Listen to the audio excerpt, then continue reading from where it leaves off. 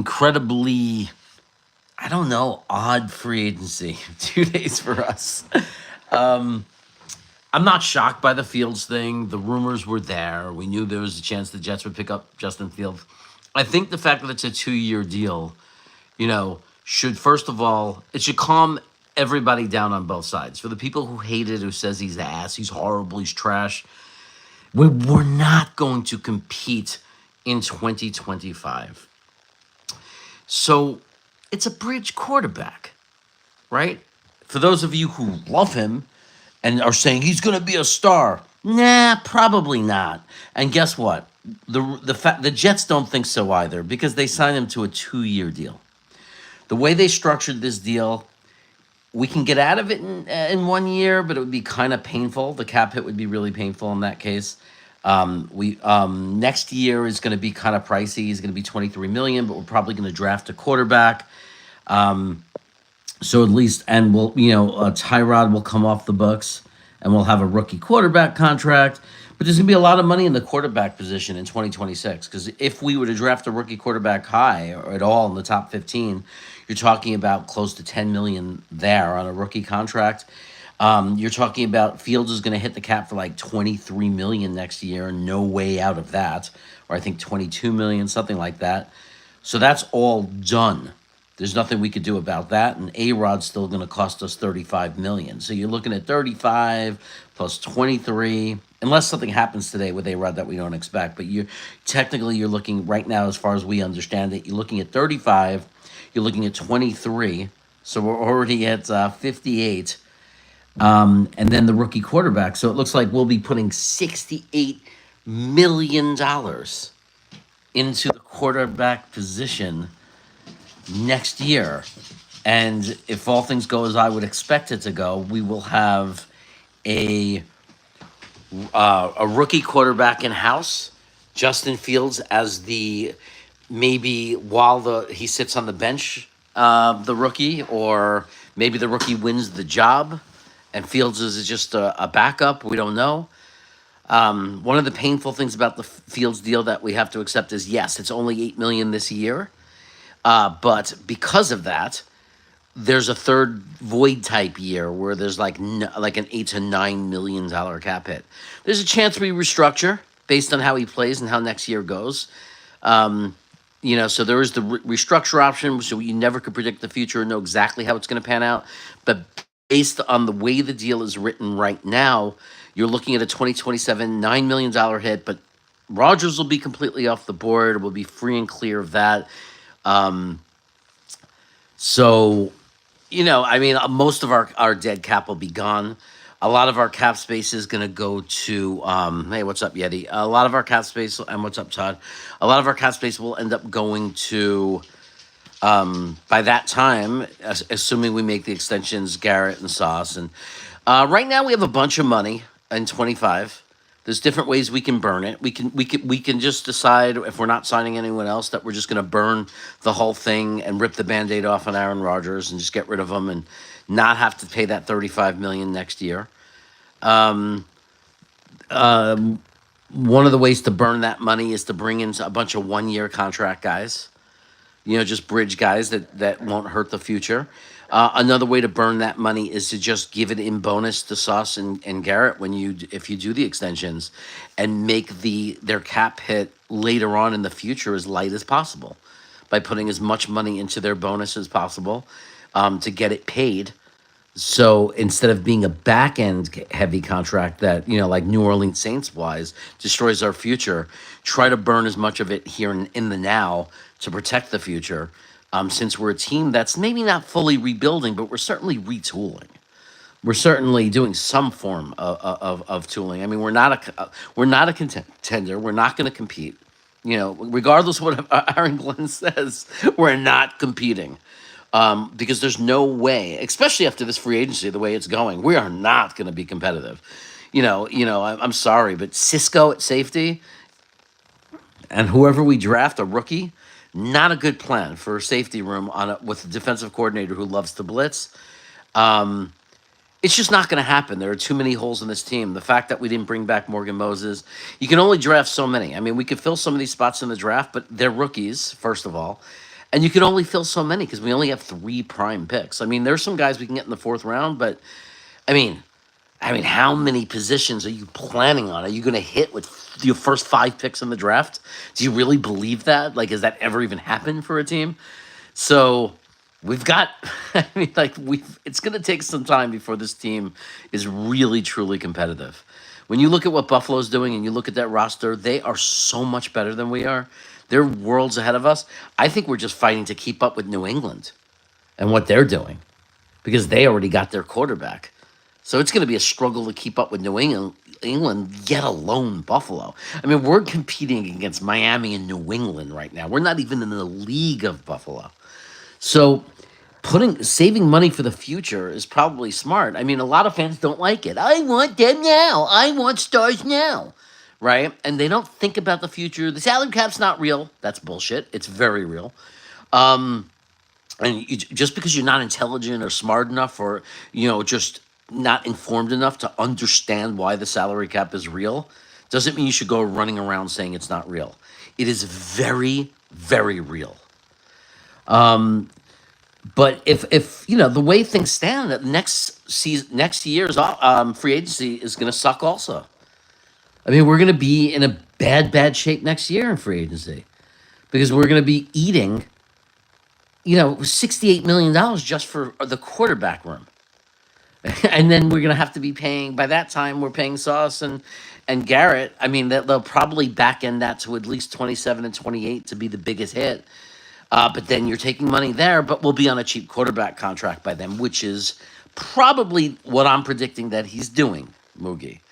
I think Moogs is probably, because it makes so much sense, is planning on 25 and 26 being the build a roster. Get your quarterback in 26. Maybe they're going to shock us and take the quarterback this year. I doubt it, but it could happen. But get your quarterback in 26. Draft as many and fill as many holes as you can. And you have 2 off seasons to do it. Now you have your quarterback and 2 off seasons of draft picks. And now you're ready to really seriously take the big leap and hopefully be winning 10 games, get to the wild card. And then after that, the nice thing is now you go into the offseason and now you have your young core players have contracts, but you're on a cheap rookie quarterback deal. There's no longer any other quarterback eating up tons of cap space. And now you could start getting those key free agents to make us go from a potential, a wild card type team to a team you could start thinking has a shot. But this is going to be that kind of process. If you're looking for a Super Bowl this year, you're crazy. If you're looking for it next year, you're probably going to be very disappointed. Because I got bad news for you. Unless it's some kind of miracle turnaround or run, an outlier type of thing that has happened, unless that happens, we're not going to really be serious until 2027. And that's if everything goes well. And that's just the reality. And that's why I think people have to understand. Last year, when we opened up the season after 8 games and realized we sucked, it wasn't just that year. The knife in the heart wasn't just that year. The knife in the heart was, it was over. It was all over. Meaning 2027 is when you could hope to even have a chance if everything goes perfectly. 2027 until we're a real team that might be able to make a run if everything goes perfectly. Like the quarterback we draft can't be Zach Wilson, right? We have to draft the right guy. So that's kind of part of it, right? I mean, and at best you got a 50% shot. I mean, Jets signed edge Rashid Weaver to a 1-year contract, former Titan. I'm assuming. Please tell me he's at least a good edge sealer, Matt. You played football, so you know what I'm talking about. Regardless of how many sacks he gets, can he replace Clemens? Can he seal the edge and play alongside JJ on the other side and at least make us reasonable against the run? I'm not expecting on a 1-year deal. It doesn't sound like that's a guy that's going to get us 10 sacks. I don't care. I just want a guy who could seal the edge. Just to give me a football player in that position. So I don't know much about him, but thanks for the news. So the Jets made a signing, and I'm here live for it. Hey, yay, breaking news. Breaking news, we're going to suck. Rashad Weaver won't make the 53 guaranteed. Okay, so he's a nobody. Okay, so he's a nobody. We signed the guy. Um, Look, I mean, this has been a very weird free agency. I mean, this guy Stevens at cornerback, I don't get it. That's where you're going to spend the $36 million contract? That's where you're going to put it? Why not let for this bridge year? Why not let Eccles and freaking Stigler battle it out? Bring back Eccles for $5 million and let him battle it out with Stiggers. No, we're going to bring in a guy that's no better than Eccles. How is this guy better than Eccles? Look at his freaking rating. Like, he's not good. That's why Baltimore had no interest in bringing him back. And that's who we're bringing back as our CB2? It's ridiculous. I don't understand it. Maybe they're going to have him play safety. I don't know. Like, so far, it doesn't even seem like they're serious about winning. Yeah, so I see a strong safety thing for... He only played 3 games last year, but he had 5.5 sacks in 22. Thanks, Kuka. Look, it's just about sealing the edge at this point, right? I mean, you're not going to get in free agency on a 1-year deal. Like, you're not getting the big name, or you're not getting a big, eye-popping edge. But you need a guy who could seal the edge. I mean, we saw how we were against the run. We got Will McDonald as our pass rush specialist. We got JJ. Hopefully, at a minimum, he'll be a great seal edge. Like, I don't know if he'll ever have the explosiveness back after this injury. Hopefully, 8 to 10 sacks. Hopefully, Quinnen could get back to 8 to 10 sacks. Then you get Will McDonald as your pass rush specialist, right? And now we just need a guy who could seal the edge, so the teams aren't running up and down the field against us. And of course, on top of that run sealing edge, we need a defensive tackle in a draft that's loaded with defensive tackles. So I think we're going to be okay with who's going to play alongside Quinnen. And we the great thing is we already have a pass rushing specialist as far as defensive tackle to play alongside Quinnen. There is nothing wrong with LT3 in passing situations.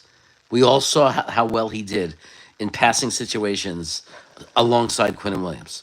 We just need a run-stopping defensive tackle. So that means they could, if we draft like a Walter Nolan, a Mason, like any of these guys that can play 3 downs, that's great. No argument there. And then LT3 just becomes a backup to give these guys a rest. When we're in dime and the other team's in a 2-minute drill and we're huffing and puffing, maybe you bring in LT3 to make some plays because he's very good at that role. That's fine.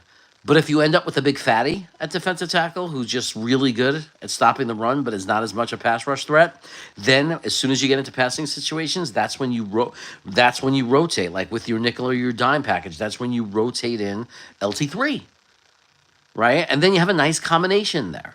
So, but we need to the biggest part of our defense that needs to improve is the run. And what went wrong last year is we traded JFM and had Michael Clemens. So, and obviously JJ got hurt, so we didn't really have a run-stopping edge, right? With JJ back and give me an edge who can stop the run and seal the edge, and putting a defensive tackle in there that specifically is good at stopping the run, we now could turn that around. And we could go back to what we were, a team that could defend the run. It starts there. Matthew Smith says LT3 was great. I think so. Why do the Jets have to tank? I don't think the Jets have to tank. I'm not saying that. Jake Osmond wants us to tank. I think that if anybody who wants us to tank is doing, I understand it doesn't mean they're not a Jet fan. I know, oh, you're not a Jet fan. No, they want us to tank because they want 26 to be the year we get our franchise quarterback. I mean, look, I would never root for the Jets to lose or root for a terrible year, but I'm not going to say there's not an upside. Like, if we won 3 games, it would suck. I'd say, wow, maybe Aaron Glenn's not the guy. Now he's on the hot seat. He's got 1 more year. If he, doesn't turn around, all these negative things would be going around. The one positive would be we would be in the 2026 draft with a top 4 pick in the quarterback draft of the decade, possibly. Possibly. There's no way to know for sure. But there's potential that it could be a very special draft. next year for quarterbacks. There's a few names out there. There might be 3 to 5 guys, all who this year would be top 5 guys, right up there with Cam Ward, Matthew Smith's guy. We're not there, though. We can't get Cam Ward. Rumor is now the Titans didn't make any real moves. They're taking them. And there's no way we're going to outbid the desperate Giants. And Tennessee makes all the sense in the world, right? If you're going to trade back, do you want to go back to 7? Or do you want to stay in the Abdul Carter, Travis Hunter race and guarantee yourself one of those players? So it's just not going to happen. Whether whether you want it or not to happen or not, realistically, we're not going to get Cam Ward. But that's why you might hear people not minding if we tank. I I can't root for that. I can't root for another year of sucking. And also, I can't root for a situation where our head coach, a new head coach, is going to come in and fail that miserably. I much would rather. I think for our future, it would be better to see Aaron Glenn come in, and with Justin Fields as his quarterback and a roster full of holes, find a way to scrap and claw and get 7 to 8 wins. I think that would spell a better future for us. And I know that people might say, well, then you can't get your quarterback, but that's not really true. Because Aaron Rodgers was late first rounds. Jordan Love was trading up late first round for Green Bay to get Jordan Love. Patrick Mahomes was later first rounds. Lamar Jackson was late first rounds. So this belief that you can't get a quarterback without having a top 5 pick is just wrong. When you look around the league, yes, it gives you a better chance and it gives you more options of who you're going to take. But there's plenty of quarterbacks in this league right now, and guys who are future Hall of Famers that were not early round, first round picks. Lamar Jackson's going to the Hall of Fame someday. Patrick Mahomes, Aaron Rodgers, guaranteed already have their first ballot Hall of Fame passes, right? Patrick Mahomes, freaking Aaron Rodgers, the GOAT, who just retired, Tom Brady, 6th round pick, Russell Wilson, who has a Super Bowl ring and he's wearing it. He might be done now, but was a great quarterback and had a great run for a lot of years, a very good quarterback, one of the best. What was he? 5th rounds, 4th rounds? I mean, he was in. I mean, I'm not counting on those mid round guys because I know those are outliers and it's a wild shot. But I mean, there's enough teams right now in the NFL with quarterbacks. There's enough live, still active quarterbacks that didn't come in the top 10 in their draft. And that are not only great Hall of Fame quarterbacks. So it's kind of crazy to think we can't win 7 to 9 games next year. I mean, if we were to do it, that we can't root for that because that means we can't get a quarterback. That's just not true. It's just not true. It's historically proven not to be true. What we have to be able to do is just draft well. We have to hope and get lucky that there's a quarterback there. But almost every year, let's say we pick at 11 or 12. Almost every year, there's a quarterback there in the mix. It's just about, is it the right one or do you pick correctly? Because there might be 5 or 6 quarterbacks next year. They're not all going to go in the top 10, though. Because this year, a lot of teams are solving the problem in 2-3 year deals or whatever. Quarterbacks are landing in different places on real contracts, right? There are people who are going to draft a couple of quarterbacks this year. So I don't know what the need or what the demand is going to be next year, but it might only be 4 teams that are super desperate up top that are definitely taking quarterbacks, and you might have 5 or 6 quarterbacks that are draftable on the board. We don't know yet. We're going to find out. We don't know.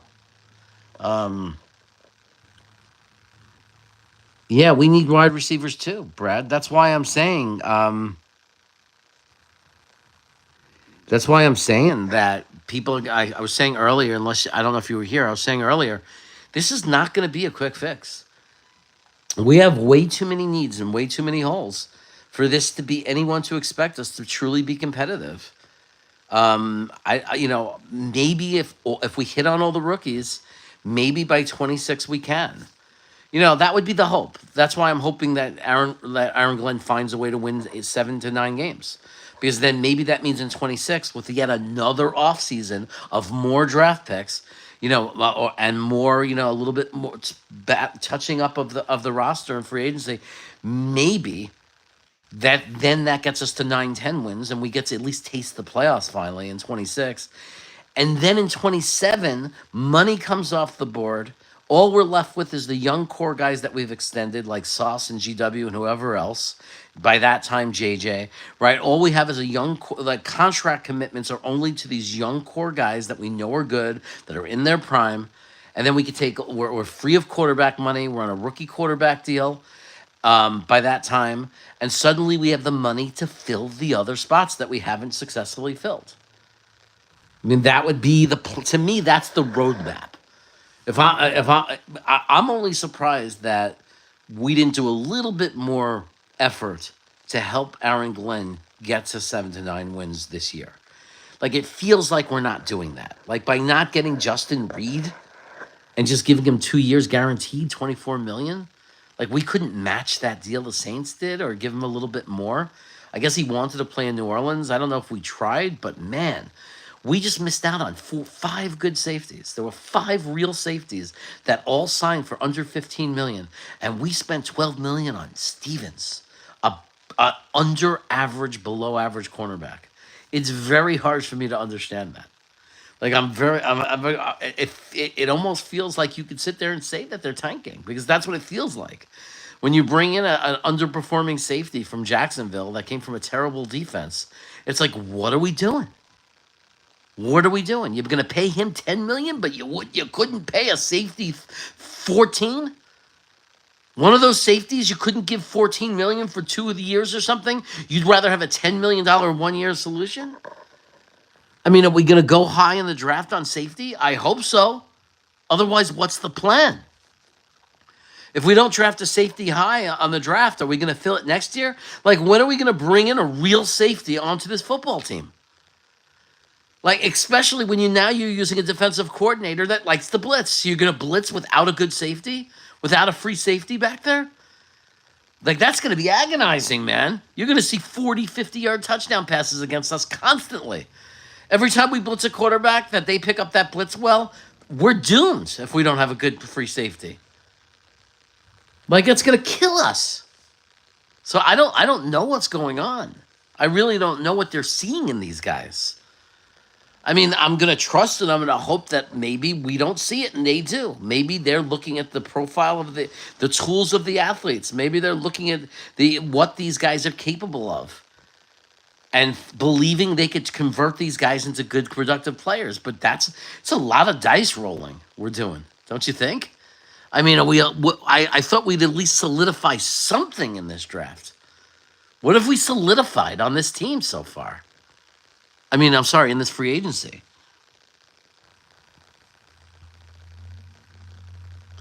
They might not know what they are doing. Just look at the Giants GM and coach tandem. Yeah, I mean, it's true. I mean, like, we have to hope that they know what they're doing.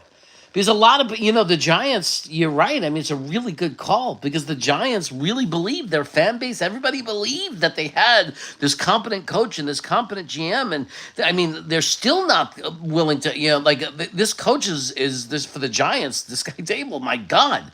No matter what he does, people are refusing to believe he's not good. They're just convinced he's good. Yeah, maybe he's a good offensive coordinator, a quarterback coach. Is there a chance that that's what he's good at? But you're right. Maybe we're fooling ourselves. We don't know. We've brainwashed or convinced ourselves that Aaron Glenn hasn't coached an NFL game as a head coach in his career. It's all based on hope. He could turn out to be the worst head coach we've ever had. Or he could turn out to be the next Parcells. We don't know that, though. This guy Moogie, he might be terrible. Right? So it's a little concerning when you look at the free agency. When you look at the moves we've made, it's a little concerning. I mean, I don't think there was any real answer at quarterback. I honestly, I don't think there was any real answer. for us. I mean, I was a 2026 quarterback guy. That's who I am now. Like, I believe in drafting a quarterback in 2026. So because of that, I didn't care what they did that much. I'm a little puzzled by paying the 40 million, 30 million guarantee for Justin Fields. Let's pay for a bust. Let's guarantee $30 million to a quarterback who is, by every definition, a bust. I mean, do I have that slight little hope that that something could happen, like that he turns it around? I guess.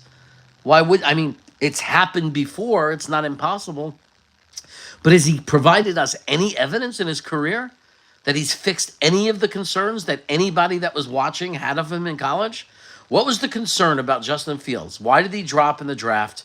He got traded up for, but why didn't he go in the top five? Why wasn't he with the other guys? Why did Trey Lance pass him? Right? What was the concern there? By the way, which was nuts. That was just stupidity that Trey Lance passed them. But that's a whole nother story. The reality was, the concern was, if you listen to the experts, and when I say experts, I mean me, because I was one of them. But if you listen to the experts, people who know a lot more than me, the knock on Justin Fields was his film set in college. All his film really proved what he was that he could do RPOs. He was a hell of a runner, like a great mobile quarterback, dynamic, right? Had a hell of a good arm, like he could thread the needle and make some crazy cool passes. But the fear of him, the concern, was that in college he ran RPO offense, one read and go. One read. Here's the guy I'm looking at. If he's not open, I take off. That was the concern, because it's not his fault. He didn't do anything wrong. He did what they asked him to do, and he did it really well. But the concern was, if you understand the NFL, you can't do one read and go. That does not work in the NFL. In the NFL, they will press your wide receiver. They will figure out who you're looking at if it's one read. They will double cover that guy. They will take it away from you. And there will be a spy waiting for you to run. They will focus their defense on stopping that. They will adjust. And that's what they do. And the teams don't, and it doesn't always work. Justin Fields is so dynamic that we saw him have 100-yard plus rushing games, and we saw him find a way to help teams win. And that's why we have him. But he's not a long-term solution. He's not a pocket quarterback unless he completely shows a skill that he has not shown us, which is, I could drop back and go through progressions and be a real quarterback. But the limitation of only being able to do one read or do quick design plays and run I don't know if there's an outlier where there's any evidence that you're ever going to be a real contender with a quarterback that limits you that much. It's so incredibly limiting. Now, if you have an amazing defense and you're a run-first team, anything can happen. I mean, I've lived through Trent Dilfer winning a Super Bowl with Baltimore because they had an insane defense and an insane running game. But, I mean, is that our plan? We're just going to have a very limited quarterback, but we're going to win it by having a top 3 NFL defense and the best running team. I mean, because it sounds like we're describing Baltimore, and they have Lamar Jackson on top of all that, and they're still losing in the playoffs. So it's still not happening for them. So it seems like it's going to be difficult to do it with Lamar extra light. With a guy who does, Lamar, at least he could be a real quarterback. He backs up in the pocket sometimes. He goes through progressions now. He showed that he could do it as a pocket passer too. Not the best, not even near the best in the league at that, but good enough to make him an elite quarterback. Because yes, he's so mobile and he's so dangerous while he's running. Like the ability to throw accurately and to make crazy passes and the strength of his arm while he's running. Even if he's not a top 15 quarterback, as if you took away his legs and he was just a pocket passer, he's good enough that it makes him deadly. So, I mean, maybe that's what they're gambling. Maybe they're thinking we could develop Justin Fields enough just to make him somewhat functional as a pocket passer. And then when you put that on top of his ability, his mobility, his ability to run and make plays on the run, maybe all of a sudden he turns into a real quarterback. But to me, that's an outside roll of the dice. because it's so rare that that happens. It's so rare that a guy after 4 years is then all of a sudden magically going to develop into a real quarterback. I guess the best argument is he's never had a coach. I mean, that's the best argument, that he's never been in a good enough situation for that to happen. Every one of the top NFL quarterbacks were drafted in round what? Every one of the top 10 NFL quarterbacks were drafted in what? In round one? I said that, but also a lot of those quarterbacks were late round picks, like Lamar Jackson was very late. Just Jordan Love, very late in the first round. Green Bay traded up to get him. So we don't have to, I'm getting, you're being a little crazy. So hold on one second. Let me remove. You're being a little crazy. So I'm just going to put you in a timeout to calm you down, okay? Okay, there we go. Yeah, no offense there, buddy, but, it's a little crazy to do the same text over and over again. Johnny, nobody invested in Fields enough is 4 weeks. Okay, he was, okay, so Johnny, I'm not anti Justin Fields in the sense of I want him to be the outlier. Like, I'm not a guy saying I'm not one of these haters that's saying Justin Fields sucks. He's ass. He's trash. He can't be good. I've seen too many quarterbacks turn it around, right? We've seen it. It's not common, right? You're lying to yourself if you think it's just that simple for a quarterback to do nothing in 4 years and then suddenly be good.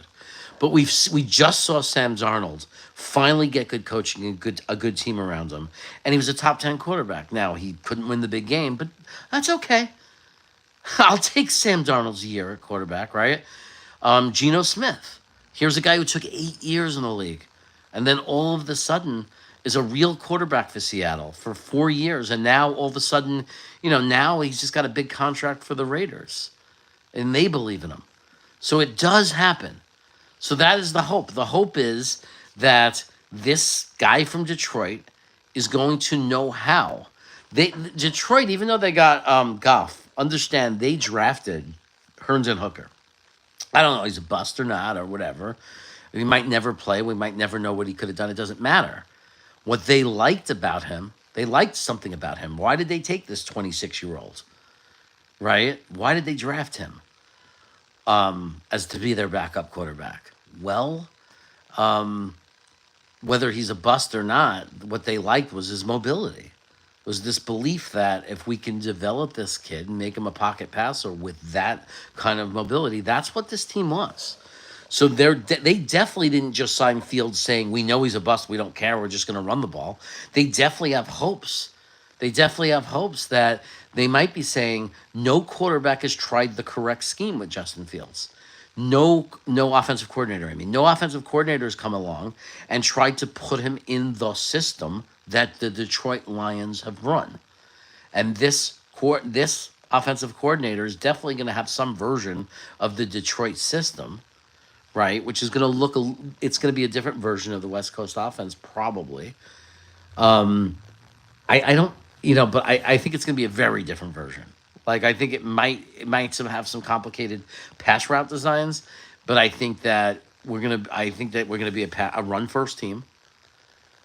But also, they might design it in a way that could highlight Fields' skill set. So what do I know? I mean, that's obviously they're thinking. That's what they're thinking. That's what they're hoping. But like Eddie McGuire said before, they might just be wrong. We might have a terrible coaching staff. They might be making terrible decisions, and it might be same old Jets. And in 2 years from now, we're screaming for their heads, getting fired, having to rebuild and start all over again. Or they might be right. Or they might just be neutral. Fields might just be a nice 2-year bridge. We draft a quarterback, franchise quarterback, and then off to the races. And Fields was just some guy who was a Jet for a couple of years, right? There is that middle ground where he just does his job, Maybe he plays a little better than we think. We get 7 to 8 wins, and they manage to work him. But maybe he's not the guy. There is that middle ground that where there is that world where he doesn't suck completely, but he's also not the guy of the future. There's that he's the bridge quarterback who then spends the rest of his career as a QB2. I mean, this definitely is his last chance to be a starter. It definitely is, unless somebody gets hurt in some future gig that he has. But I mean, it's very hard to imagine he's going to get another chance. How often is somebody going to go after us? It will be his. Right, he'll have been on 3 teams. So if he doesn't turn it around and establish himself as a longtime starter for the Jets, he's going to go to another team and get another chance. I mean, maybe if he plays good for us, but we draft a guy, right? But he plays really good. Then there's a chance some other team says, well, now you drafted your guy. He's a free agent. Somebody comes along and signs him and says he's the best option, and maybe he's a bridge quarterback for someone else. I guess that's a possibility. But we really, for the most part, are Justin Fields' last chance. At some point, we're going to run out of excuses for the guy. Yeah, June. Maybe they are right. I mean, that's what I'm hoping for. I'm a Jets fan. I'm hoping they're right. See, I'm either two ways. I'm either, yay, that's what I wanted them to do, or holy cow, I don't know what they're doing. I hope they're right. It's not get angry and say, they suck, they suck. Because for me to sit there, for anybody to sit there and pretend, and like you got to think really highly of yourself. I know more than an NFL personnel department. I know more than people that have worked their way up to freaking jobs that pay more money in 1 or 2 years than I will make in my entire life. You got to really be delusional about yourself, about your self-image, if you believe without any evidence yet, and us not knowing that you're smarter than they are. So I don't. I don't believe I'm smarter than they are. I have my opinions. I have the things I hope see happen. If it doesn't go the way I want, and they do things that I wouldn't have done or I don't understand, then I hope that they're just right. And I find out, oh, that's why they get paid a lot of money, and I'm some schmuck talking to people on YouTube. Right? That's what I'm hoping. I mean, that's the hope. Those signings are interesting because we're leaving upside to get more ROI out of each free agent rather than overpaying and hoping you get return. And I do think that this isn't the time to overpay. I don't think we should be like there are Jet fans who think every year, get the best guys you can, best guy. And there's no thought of the future. There's no understanding of salary cap. There's no understanding of how to build a foundation of a team first. The big names shouldn't come in until you are ready to put the cream on top. And that's what Devontae Adams was, and that's what Hassan Reddick was. They thought incorrectly that they were set. And they tried to put the cream on the top, and they did it the wrong way. Right? Devontae was too little too late. And because it was just everything else had fallen apart. And Hassan Reddick was the lesson to the future GM and all future GMs. Don't trade for a guy who's in an unhappy contract situation without making it a sign and trade deal first. Like, unless you get ink on paper, do not trade for a guy. Can we all establish lesson learned from the Hassan Reddick disaster? And the other thing is don't trade away what's working. We had a defensive line that was good. We spent more money on Kinlaw than the 2 guys we had at defensive tackle. We could have kept JFM and Jefferson for less than Kinlaw made. How stupid are we? I'll never get over how we destroyed that team. Almost on purpose. We took a shotgun. Dana will know about this. He's from that.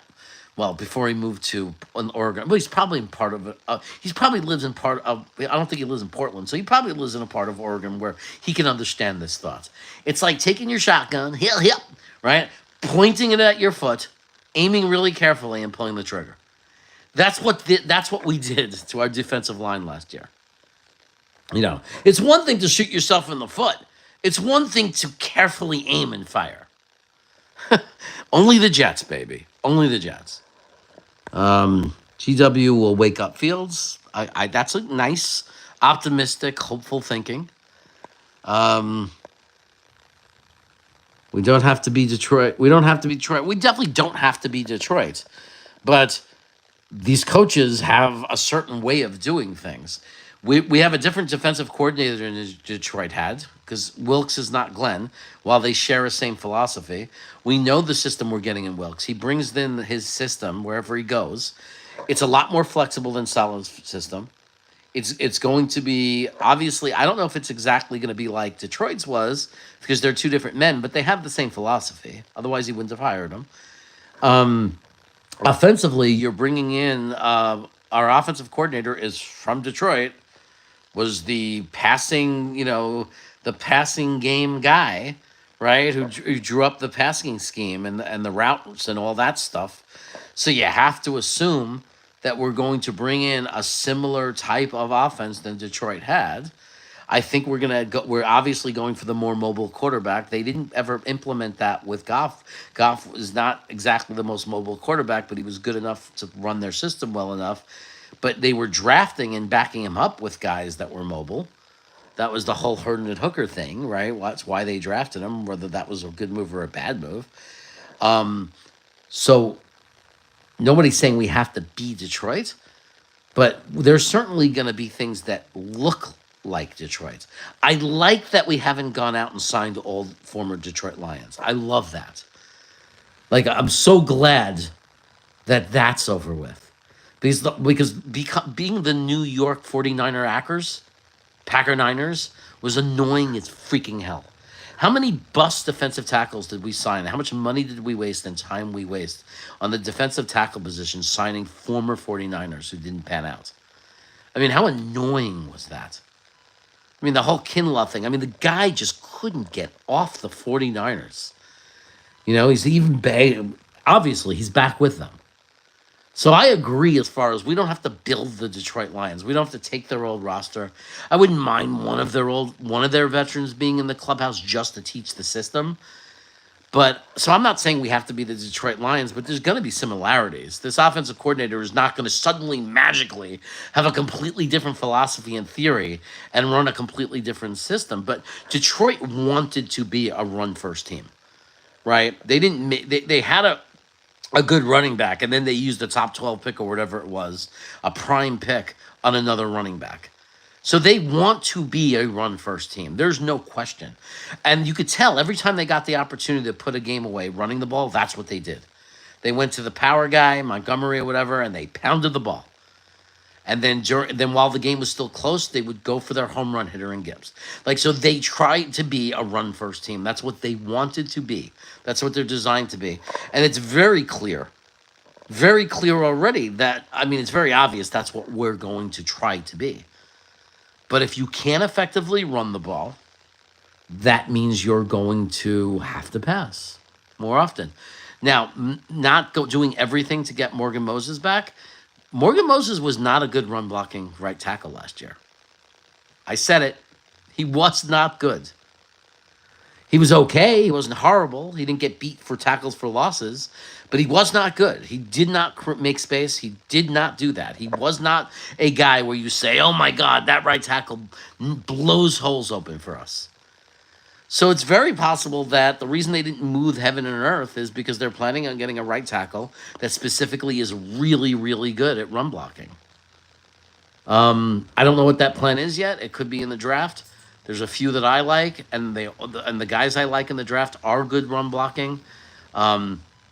If we were to take Will Campbell, which I don't want to do, I think it's to put him at right tackle, and it's because we want to be a run team. So, if everybody says, well, how did we take him? How did we take him? He's definitely not the guy I want to take. But if they did it, what it would tell me is we're going to really focus on running the ball. Because we're going to take this guy with 32.5-inch arms who's going to be very questionable to play to be an effective tackle in this league, as far as pass blocking. If we take him, it's because we know he's a great run blocker. We know he's a guy. His arms aren't an issue. We know he's going to create space and move guys around.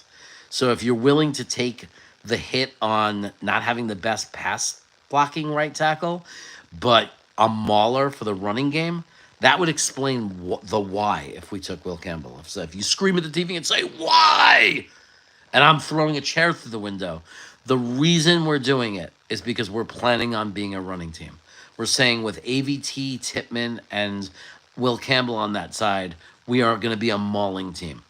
I think we could accomplish that same thing and do that by by taking Justin Connerly in the second round or Ozzy Topilo in the second or third round. Like I don't think we have to waste the value of a number 7 pick to do all this.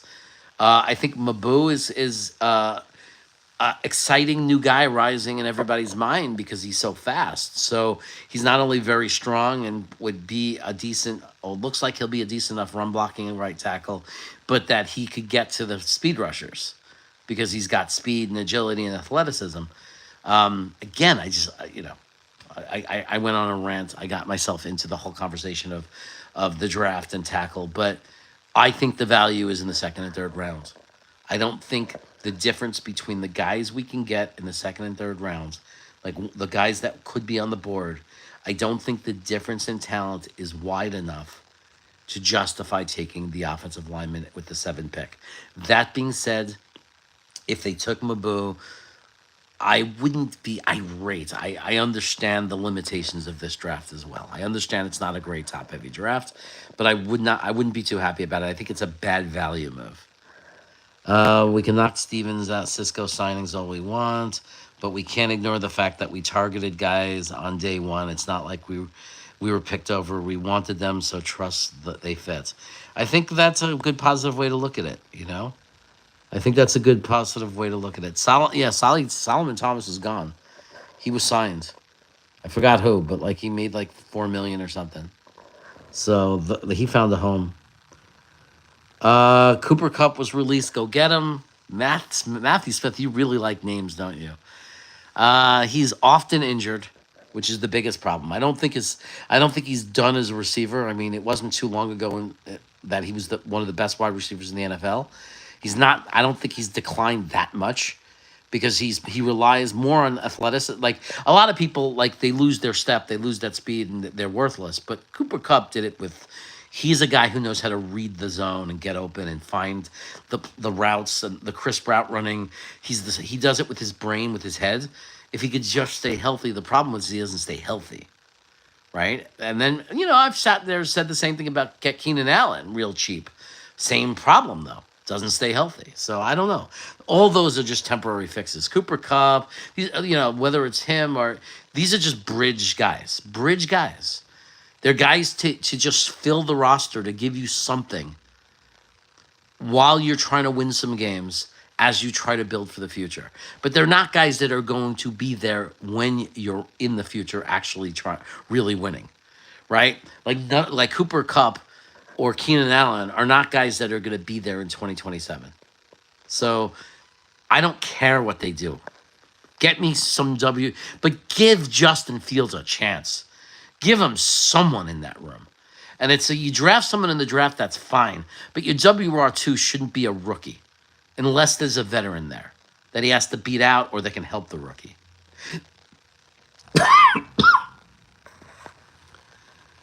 I mean, the point is like we could sit there and say Cooper Kupp, Keenan Allen, waste of money. It's not really a waste of money. Like, because you have to pay someone. It depends on how much you pay him. If you pay him $15 million, that's a waste of money. If you sign Cooper Kupp to a 5-year deal, I don't know if that's possible. I have no idea what his price is. You really can't say waste of money.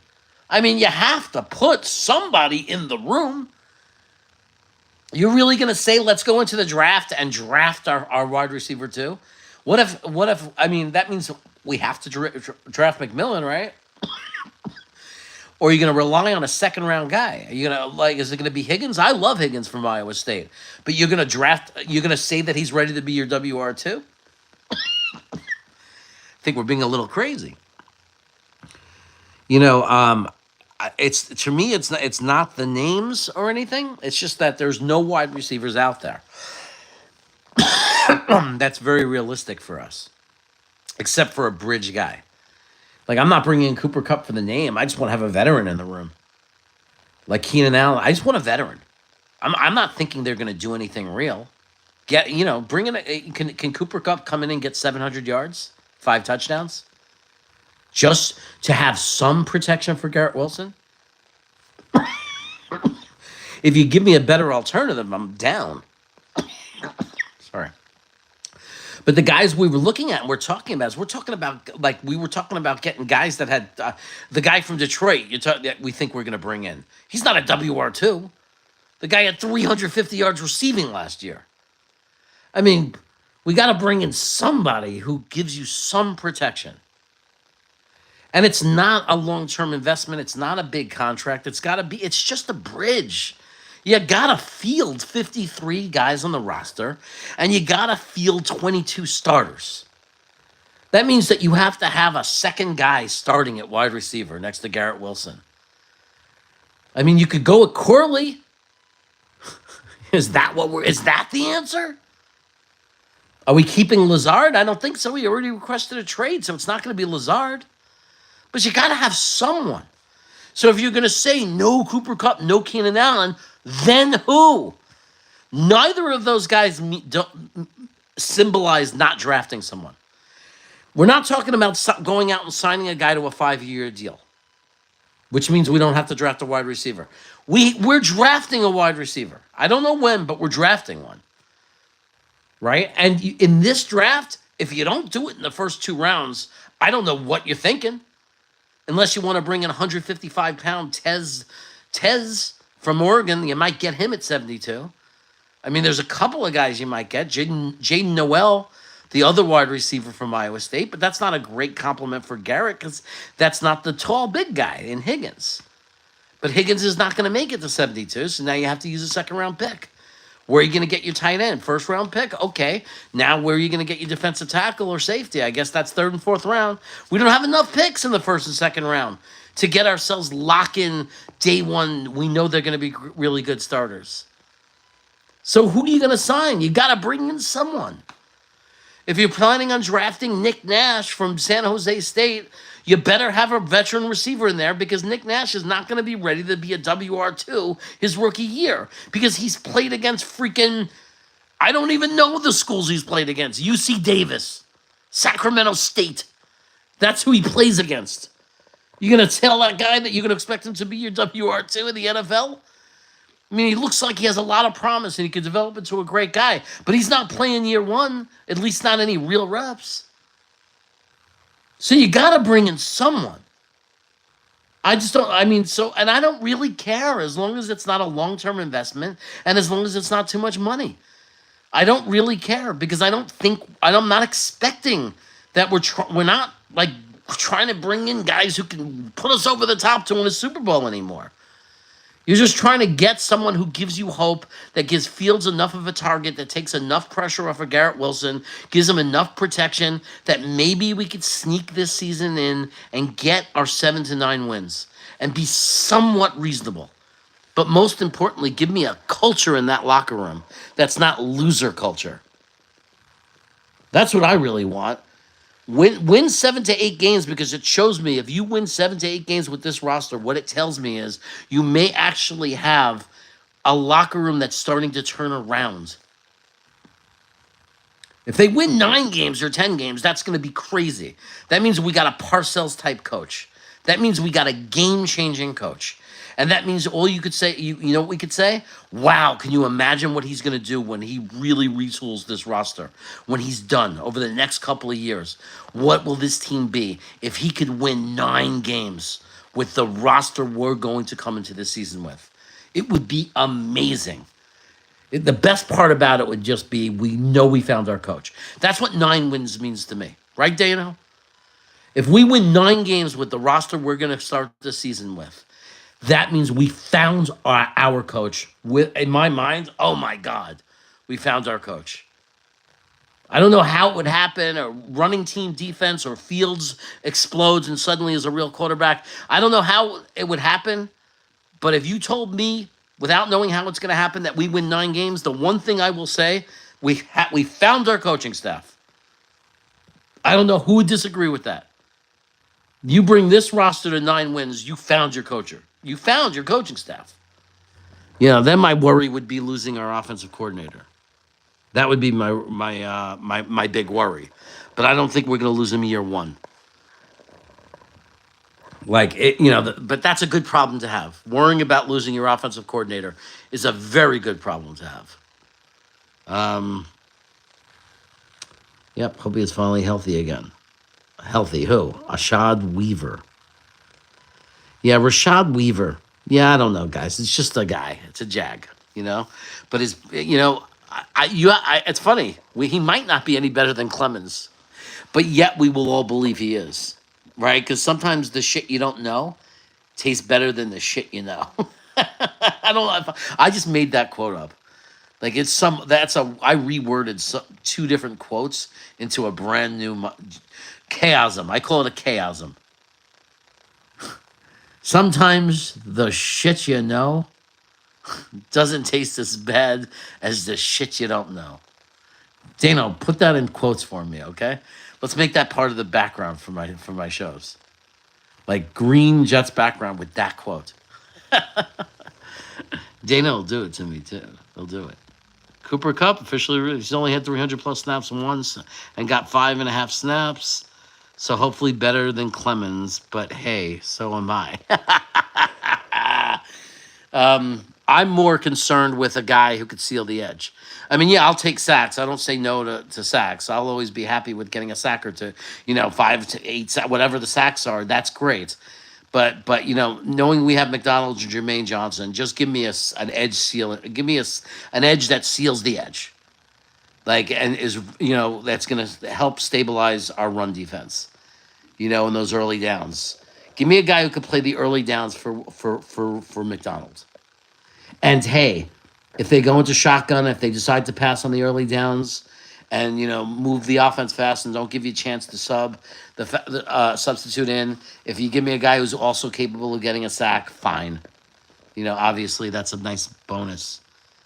Gap integrity. That's what I'm talking about. The only way we lose our offense coordinator is if we do good on offense. I know, Thompson, it's a great problem to have. So, yeah, we're feeling good about Weaver. I like the upside. He's only 27. It's funny to say the words only 27. It's today's NFL. Edge, you really only played, on average, unless you're a star, those guys only played till they're 30. But, yeah, I mean, he's not 31.